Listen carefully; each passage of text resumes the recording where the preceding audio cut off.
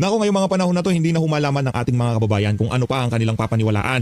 Kasi magkakasalungat ho ang ilinalabas na statement ng mga congressman dyan sa House of Representatives. Halimbawa na lang ho, itong si Congressman Mika Sonsing, base ho sa kanya, hindi daw totoo yung sinasabi nitong si Congressman Libiste na nabigyan ng tagda 2 milyon na Christmas bonus yung mga congressman. Lalo na siguro yung paborable dyan sa Bicameral Conference Committee report na yan. At base naman ho dito kay Puno, na kung saan ngayong mga panahon na to, talagang kung usapan paramihan ng pera ng pitaka, yan kay Congressman Puno, talagang punong-puno ho yan ngayong mga panahon na to.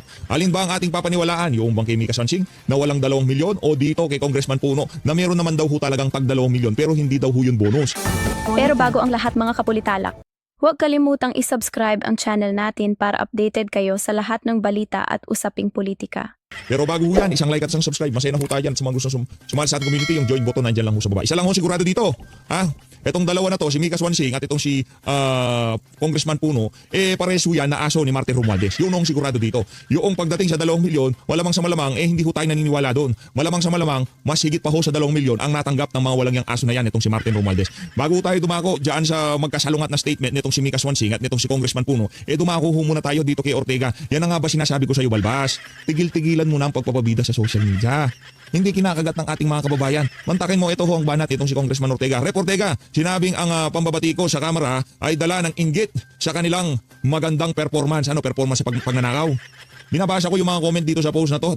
Mga kababayan, talagang sa tingin natin pagkatapos na sinabi to ni Congressman Ortega, sabay tulog na niya.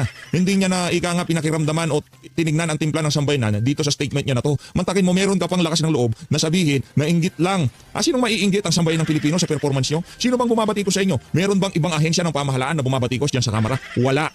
Kaya kung para sabihin mo, sambayan ng Pilipino ang naiinggit sa inyo sa performance nyo, kaya kayo binabatikos, parang parang napakalayo sa realidad ng iyong sinasabi na yan, Congressman Ortega. Ang ating mga kababayan, kaya kayo binabatikos, una sa lahat, 19 Congress, pinanggalingan na sandamukal na kakurakutan sa kasaysayan ng Pilipinas. Amo mo si Martin Romualdez, di umano dinideliveran ng pera ng mismong appropriation chairperson pa niya na si Zaldico. Paano maiinggit ang sambayan ng Pilipino? Ano maiinggit kami doon sa mga ninakaw ng mga amo nyo dyan at di umano yung karamihan sa mga malapit kay Martin Romualdez, paldong-paldo din nung nagdaang Kongreso, lalong-lalo na daw yung mga bibo doon sa Tuadcom. At itong si Congressman Ortega, nakita nyo naman mga kababayan ang pagpapabibo niyan. Hindi natin sinasabing pumaldo yung balbasarado na yan. Hindi natin sinasabing pumaldo yan. Ang sinasabi ho natin dito, base sa ating mga nababalitaan, karamihan ng mga nakapaligid kay Martin Romualdez, nagsihabaan na lang ang balbas sa dami ng nakakurakot. Ngayon kung si Congressman Ortega kasama dyan, hindi natin alam. Tanungin nyo ho siya. Tanungin nyo ho yung mga proyekto ng DPWH sa distrito niya. Diba? Kasi ano ba may pagmamalaki ng 19 Congress na kung saan kasali yung balbasarado na yan? Maliban sa panghihiya sa mga resource person na pinapatawag nila sa mga hearing nila. Ano may pagmamalaki nila? Yung dahil sa Kongreso na yun, dahil sa 19 Congress, nabuo yung 2025 national budget. Dahil sa 19 Congress, pinirmahan yung BICAM kahit kulang-kulang. Dahil sa 19 Congress, pinanggalingan ng pinakakurakot na budget sa kasaysayan ng Pilipinas. Palakpakan ho natin, naiinggit lang daw, naiinggit lang. Kaya daw binabanatan ang Kamara, naiinggit daw sa performance nila. Mga urur lang niya ka. Ito talagang si Ortega, matagal. Siyempre bagong taon ho ngayon, siyempre nakaberde tayo. Pag nakaberde, ano ho yan sabi ni Atty. Vic, ang berde pala, kulay ho ito ng tawag dito ng 2026. Kaya naman, Happy New Year sa lahat ng mga kasama natin dyan. Lipat ho tayo mga kababayan. Marami hong nagkalat na walang kapararakang post ngayong araw na to. Kakaumpisa pa lang ng 2026 balagbag na ho talaga itong mga walang yang to. Sino pa bang walang ya dito sa mga post na to? Yan na naman ho mga kababayan. Etong mga page na to alam na ano ho yan may malamang sa malamang PCO din na may control dyan. Ano na naman mabanat nito? Mas mahal ng mga Pilipino si PBBM kaysa kay PRRD. Okay. Sige na, ikaw na mahal. Ikaw na magandang performance. Ikaw na ang maraming accomplishment. Pero hindi natin may tatagong katotohanan ngayong mga panahon na to bangag na -3 ang iyong net trust rating. At pagdating naman sa SWS, Pulse Ace ata yung -3. SWS, negative 15 ka naman. Sa lagay na yan, mahal na mahal ka Dating Pangulong Rodrigo Duterte, aalis na lang. Tapos na ang kanyang termino, pumapalo pa rin na 80% ang kanyang trust at approval rating. Anak ng toka, sakto ka lang, nakakalahati ka na ba? Sakto ka pa lang na nakakakalahati sa iyong pamumuno bilang presidente. Wala na, ubos na political capital mo. Sa kapal ng mukha nitong mama na to, nagni-negative na ang trust at approval rating niya, hindi pa ho niya pinag-iisipan bumaba. Sa bagay, kung sakali nga naman bababa siya, ang mauupo si VP Sara. At kung umupo si VP Sara, ihanda-handa nyo ng tumbong nyo. Sigurado walang VIP walang VIP pag nakalaboso kayo. Yun ang ating sisiguraduhin dyan mga kababayan. Itong mama na to, napakalaking perwisyo ang binigay nito sa sambayan ng Pilipino. At ngayon, meron pa ho siyang mukhang hinaharap sa sambayan ng Pilipino at para sabihin na mas mahal daw ho siya. Hindi na para sa atin, para sabihin na mahal ng sambayan ng Pilipino itong si dating Pangulong Rodrigo Duterte kumpara dito sa adik na to. ang ating mga kababayan na ho, ika nga ang magbabalita niyan sa atin. Hindi na ho para tayo pang magsabi niyan sa mga video natin. Kitang-kita ho yan kung paano ang pagmamahal na ipinapakita ng mga taga-suporta ni dating Pangulong Rodrigo Duterte hanggang sa ngayong mga panahon na to. Ano pa ba itong mga kabalbalan na to ngayong pagpahanak na to ka? Anti-clear. Lang niya ka talaga, oo. Kakaumpisa pa lang ng 2026. Magunos dili ka, tigilan nyo ho muna yaang mga kawalang yaan nyo na yan. Ano naman ba to? O clear cast to. Mulat na ang mga mata ng taong bayan kung sino ba talaga ang tunay na nagtatrabaho at nagmamalasakit sa kanila. Oo, mulat na mulat. Sino? Tanungin natin to si Anti-Clear. Parang hindi ho ata niya alam. Sino? Alam kong mulat ang sambayan ng Pilipino ngayong mga panahon na to na ang amo mo ay magnanakaw. Na ang pamilya nila ay magnanakaw. Na siya ang mastermind dito sa pinakamalaking korupsyon na nangyari sa kasaysayan ng Pilipinas. Skandalo ng flood control. Yaan ang pagiging mulat ng sambayan ng Pilipino ngayong mga panahon na to. Na hindi matatanggal ang pagkakakabit ng pangalan nitong si Marcos Jr. sa lahat ng anomalya na nangyayari ngayon sa ating bansa. Mapa-issue ito ng sibuyas, mapa-issue ito ng bigas, mapa-issue ito ng asukal. Mismong asawa pa niya ang nakakaladkad sa mga partikular na issue na yan. Tapos sasabihin mo sa amin, mulat ng sambayanan. Oo, mulat na kami na magnanakaw ang amo mo. Walang nagawang matino ang administrasyon na to. Yun ang mulat kami. Mulat ang sambayan ng Pilipino na talagang napakalaki ng kaibahan ng pamumuno ni Rodrigo Duterte diyan sa amo mong adik. Di ba? Napakalaki ng kaibahan. Dati riniclaim natin ang kalsada. Riniclaim ng mga ordinaryong Pilipino ang kalsada lalo na pagkagabi. Ngayon ho, kinuha na ho ulit yan sa atin ng mga durugista at kriminal, mga snatcher mandurukot. Di ba? Kung dati tayo ang pagka lumabas ka ng kalsada, walang problema. Ngayon, iba na ho usapan. Kaya mulat na talaga kami. At ang New Year's resolution ko para dito kay Anti-Clear, tigilan nyo na ho yung mga kabubuhan nyo. Pagdating diyan sa PCO, okay? Yung pagbabayad nyo ng mga trolls, wala hong kargada yan. Yan hong pinakamalaking sayang sa pera. Anak ng Petrang Garabata. Alam nyo, dapat sino dapat yung bayaran? Yung mga vlogger na hanes na kagaya namin. Diba? Imbis na ibigay nyo dyan sa mga na yan, ibigay nyo na lang sa mga vlogger na sinasabi nilang yung meron bang constructive criticism sa pamahalaan. Hindi yung lahat na lang ng ginagawa nyo, tama. Wag na ako, yung iba na lang, bigyan nyo sila, di ba? Okay na tayo, wala naman tayong problema sa ganyan eh. Pero para ibigay nyo doon sa mga Italianista at ensaymada vlogger nyo na kung saan lahat na lang sinasabi pabor sa administrasyon kahit na puro kabalbalan na ginagawa. Meron pala tayong problema dyan, di ba? Tama yan, Mr. President, tama yan, ginawa mo na yan, tama yan, ang galing yan, anak ng toka. Yung approval at trust rating sumasadyan. Di ba? Imbis na itapon yung pera nyo dyan sa mga vlogger, mga troll farms na yan, ibigay nyo lang sa mga ordinaryong Pilipino na totoong nagbibigay ng constructive criticism sa ginagawa ng administrasyon. Tanungin nyo yung mga kababayan natin sa social media na hindi troll sa totoong mga tao. Tanungin nyo sila kumusta naman ang performance ni President Bongbong Marcos. Sila na lang ang bayaran nyo, ala survey. Bigyan nyo sa amin ang honest opinion nyo dito sa particular na pulisiya na to ni Adik. Masaya ba kayo sa pagdigma niya dito sa korupsyon sa ating bansa?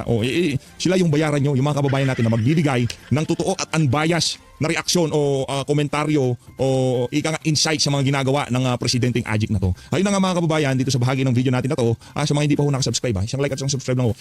Masaya na ho tayo dyan sa ating community. Yung join button nandyan lang ho sa baba. Ayun na nga mga kababayan, re-recta na ho. Pambira talaga. Eto, sino ba uunahin natin? Ito unang konteksto. Congressman Leviste, sinabi niya, pinakita niya yung mga cheque na kung saan di umano, yun yung mga cheque na ibibigay sa mga congressman. Teka lang ho, ipakita ko yung cheque para talagang kompleto. Ayaw natin dito yung kagaya ni Anti-Clear, puro laway lang. Yan si Anti-Clear kasi puro laway lang puhunan, milyonaryo na ho kagad.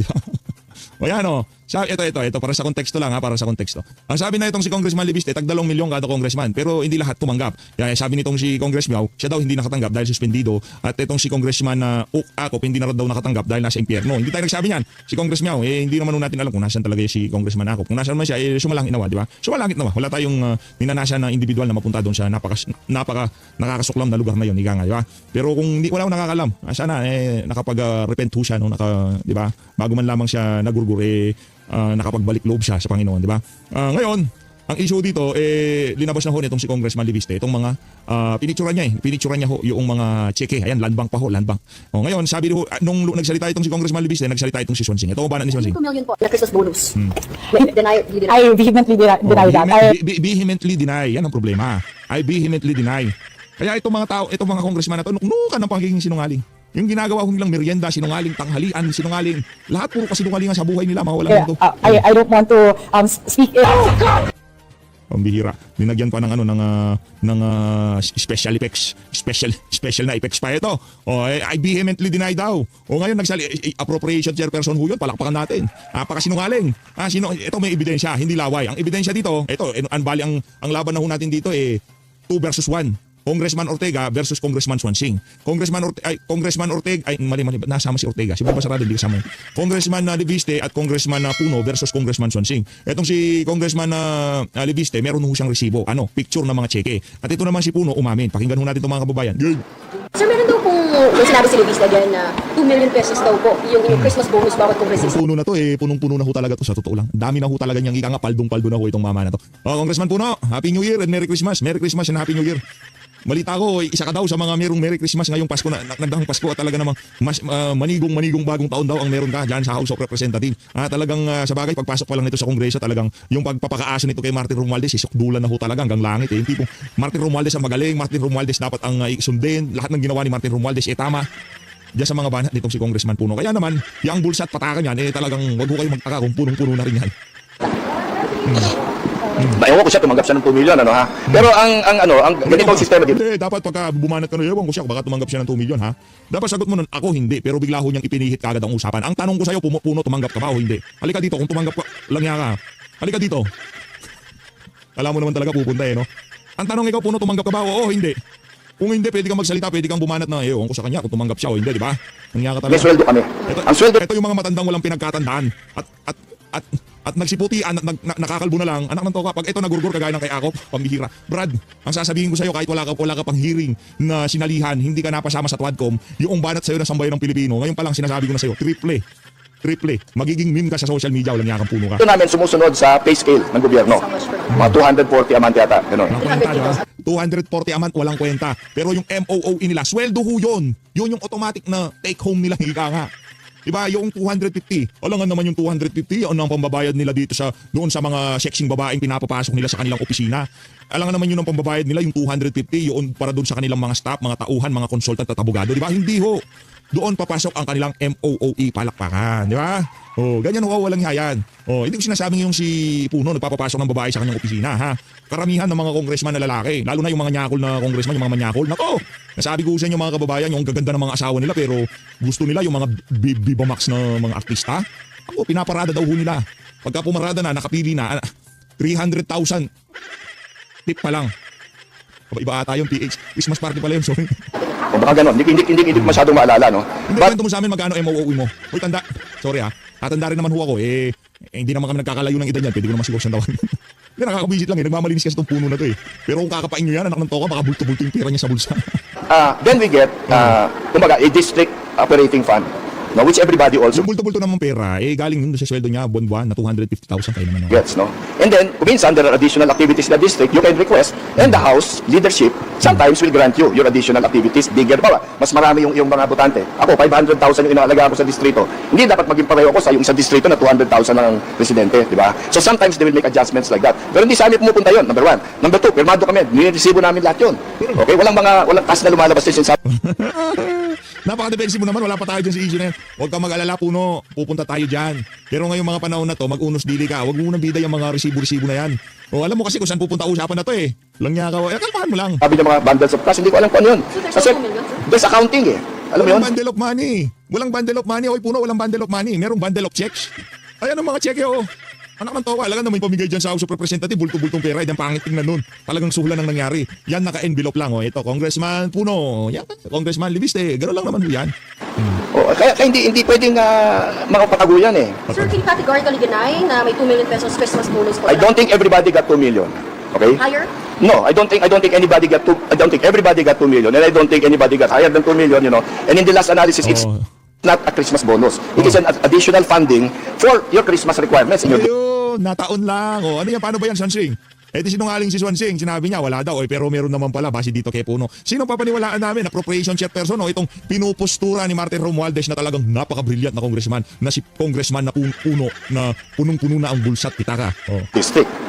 Okay? So, again, naka-record lahat yan, di ba? Wala ka bang realization bago matulog? O di naman kaya pag pumasok ka sa napakaganda mong kubeta, haharap ka sa salamin at sasabihin mo sa sarili mo, anak ng toka, ang tanda ko na, mapahanggang sa ngayon, wala pa rin ako nagagawang matino sa bansa ko. Ganun, wala ba ganun? Ako di ako politiko Kahit tumarap ako sa salamin, sasabihin ko lang, anak ng toka, napaka-pogi mo talaga, PH. Okay lang yun Hindi naman ako public servant Pagharap ko sa salamin, pambihira, PH, ang pogi mo talaga, ibang klase ka. Di ba? Okay lang yun Oh, pero kayo public servant kayo pagka ba humarap kayo sa salamin, hindi ba kayo napapatanong sa sarili nyo, anak ng tokwa, tumanda na lang ako, aso pa rin ako ni Martin Romualdez. Wala bang ganon? Wala ba kayong ganon nararamdaman sa sarili nyo? Langyakap, puno ha? Oh. May COA dyan. O, COA. O, di, kung nagwawalang yaan dyan, di siguro malalaman naman yan. Hindi.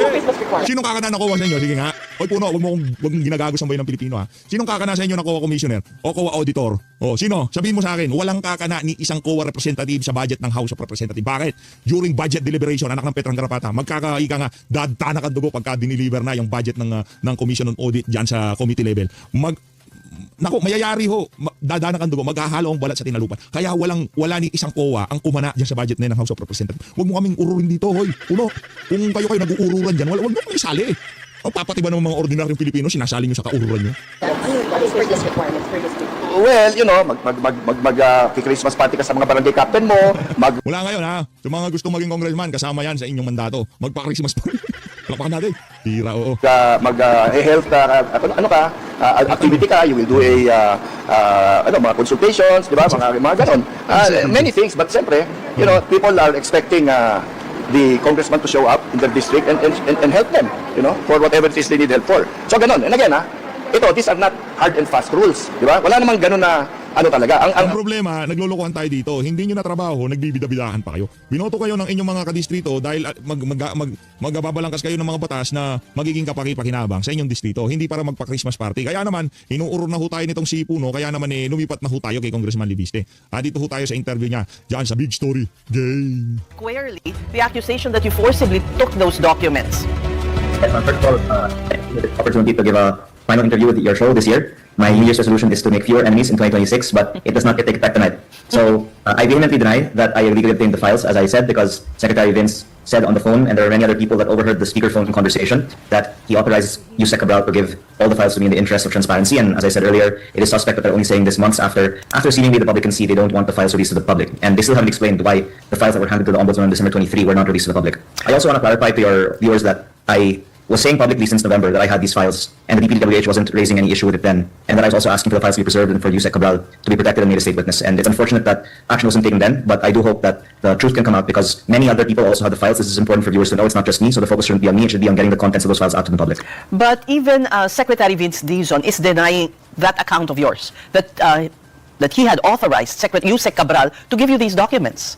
Yeah, so the CCTV that they released actually helps show that I was given it because I was just walking through the corridor, actually quite cordially, talking with Yusek Cabral. And I had actually seen that since last night, so it's interesting that they thought that supported their claim when it in fact supports mine, and authenticates that the files that I have in my possession came from her because what I was holding in my hands is what I uploaded on Facebook. And Yusek Cabral was also there when I was in the other room. So the other thing I would add is the claim that they're making that it's either illegally obtained or it's inauthentic are contradictory, so they have to decide. And it seems that the reason why there's a few days gap between each of their responses is they're still trying to get their script right. But again, what the public cares about is not this back and forth between government officials. It's what do these files say that they don't want in the public? And it is a list of proponents of hundreds of billions of pesos of DPWH projects. And it should have nothing wrong on its face that they are proponents of projects, except the allegation is that when you have an insertion, you have a commission. And if you don't, then you should have no problem releasing it to the public. These files, you know, the he said, she said, is really muddling the issue. We want clarity, but it's getting really muddled. Now, there's also a statement from the Ombudsman, this is from Attorney Clavano, that what you turned over to them was not complete. Yes, So let can me- you let- also, and once and for all, do you have complete files, incomplete files? What are these files? You rightly said that they're muddling the issue, I think, deliberately because they want to distract the public's attention from the real story, which is who are the proponents in these files, which are not only in my possession, I only have a copy. Senate President pro tempore Ping Lacson has made public statements which reflect that he and I have the same copy. Other media outlets have also ran reports reflecting that they have a copy. And I can share that I've actually talked with people who have gotten copies of the files already from staff of the agencies that have copies of it. So there's probably already 50 or 100 people that have copies of it. And it's eventually going to come out and what I'm saying will be validated. And on the point of what the Ombudsman assistant said, I posted on Facebook the picture of me with the staff of the Ombudsman, whom I invited to my office. They actually said in their maybe 30 years in the Ombudsman, it's the first time that a congressman wanted to meet the Ombudsman and show them evidence that could potentially implicate colleagues because it's not a typical thing. I did more than what they asked for because they were actually there to investigate Congressman Garjola. And I said, hey, here's this file from Yusek Cabral, which I previously also shared with the ICI and said so publicly that can help all of your cases. And I showed it to the extent that they were interested, but then they left because they just had an assignment which was not as broad as what I was trying to bring, and they didn't get back to me after that. So again, all these things that are being brought up by the government are both factually incorrect, but also a distraction, because at the end of the day, what people care about is why don't we investigate the proponents of the insertions in these files. But Congressman, you've been sharing these files gradually instead of all at once. Why do it day by day instead of fully releasing what you have to the public? And what do you want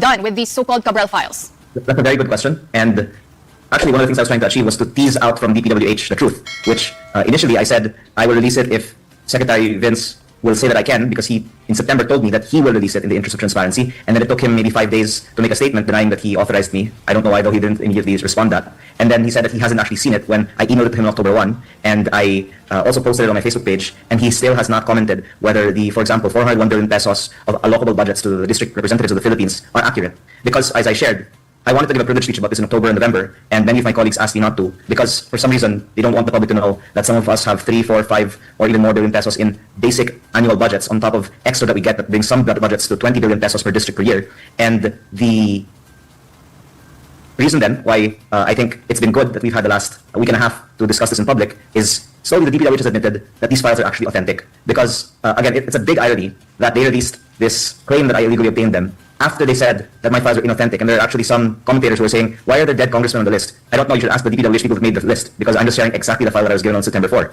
And the reason that I'm saying it's good is I can see on social media that now people who are initially skeptical as to how a neophyte like me got a hold of the files now believe, because of the admission of the DPWH, that I got the files from them.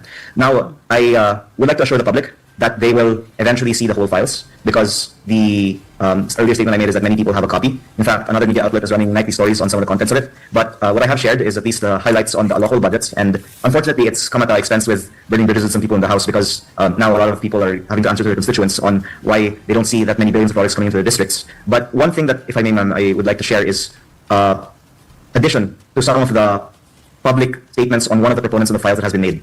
Again, I am not selectively bringing this up, but it's because it was already publicly mentioned, including by another media outlet, that there is 8 billion pesos of projects under supposed SAP proponent, part of the OP.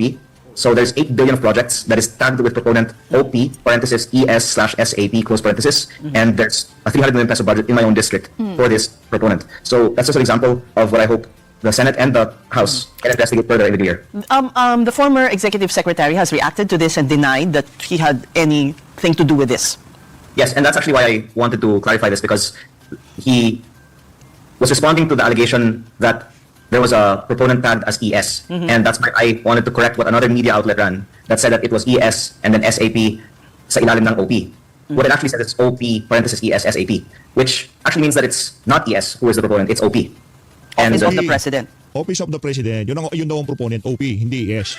OP. I don't want to draw a conclusion on what OP means, but I am just the conveyor of facts, and I hope after I share this actually substantial information on your show that the public can understand why I have to think very carefully about the disclosure of this information. But again, because I'm not the first to bring it up, that I'm sharing it, but it's, I think, quite important for the public to know that this is what the file that I have says, and the same that the files of many other people who have this also says. And maybe it explains why there is a very strong reaction towards my announcement that these files exist and should be made public. But Congressman, what strikes you as irregular about this list of proponents, no? Because then again, insertions and proponents are not inherently wrong per se, right? It's normal for lawmakers to propose projects, especially during budget season. So is it already fair to suspect that there's collusion between the proponents and the agencies and contractors? Actually, there's been many people who have been named in media reports being in the list who simply denied that they're actually proponents of the projects, and I think that's a fair response from them, because the denial that the list is true, if not backed up by anything else, means that the list is really invalid in that case. And I therefore find it even more suspicious than that others don't want the list to come out. Maybe the ones who deny in public are the ones who are not guilty, and the ones that are not making any comment about it have something to hide. And I think that Matindi yan, ha? Narinig nyo na ho bang nagkomento si JJ Suarez? Narinig nyo na ba nagkomento itong si Ortega? Yung si, siyempre, si Barbers kasama siya yung 19 Congress. Si Barbers, si Ako wala, napatay na yon. Sino pa ba? Si Paduano, yan, mga proponent. Mga congressman ng 19th Congress, di ba? Narinig nyo na ho ba silang nagkomento dito? Hindi pa. Nako, sinasabi the best thing at this point is for people to just face the public and explain whether their inclusion in the list is correct or incorrect. In the end, Congressman, this is your first term. Would you want an overhaul of the system? Because you also allude to the fact that they may be retaliating against you in your district, and your district will not get any funding at all for projects. So in the Yes, end, it's the whole system that's flawed, that really rewards Patronage. That definitely, as well as a way to exert leverage on members of the House who vote on all other measures of national importance. And for the good of the country, the allocations should be based on an equation that is automatic every year instead of based on, as you said, patronage. But I guess it is politically unrealistic for the people that make the decisions to relinquish their power. But you did say you've already burned your bridges with some of your colleagues there, and an ethics investigation is now maybe in the offing.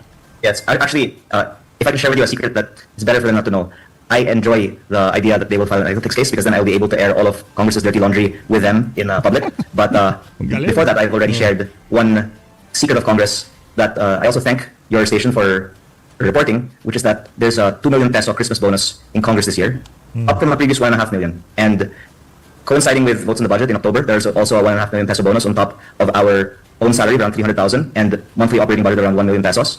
So in a whole year, a congressman gets maybe around 20 million.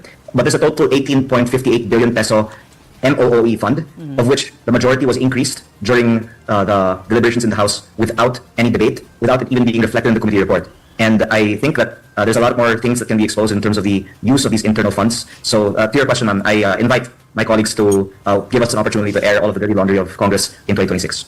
Well, Congressman, did you personally receive that Christmas bonus? Because House Appropriations Chairperson Mika Swansing had already denied that any incentive was given to lawmakers to vote on the national budget. If I can mention this for the first time in public on your show, I started questioning this in October because I was shocked that on the day that we were supposed to vote for the budget was when the 1.5 million pesos was being given out.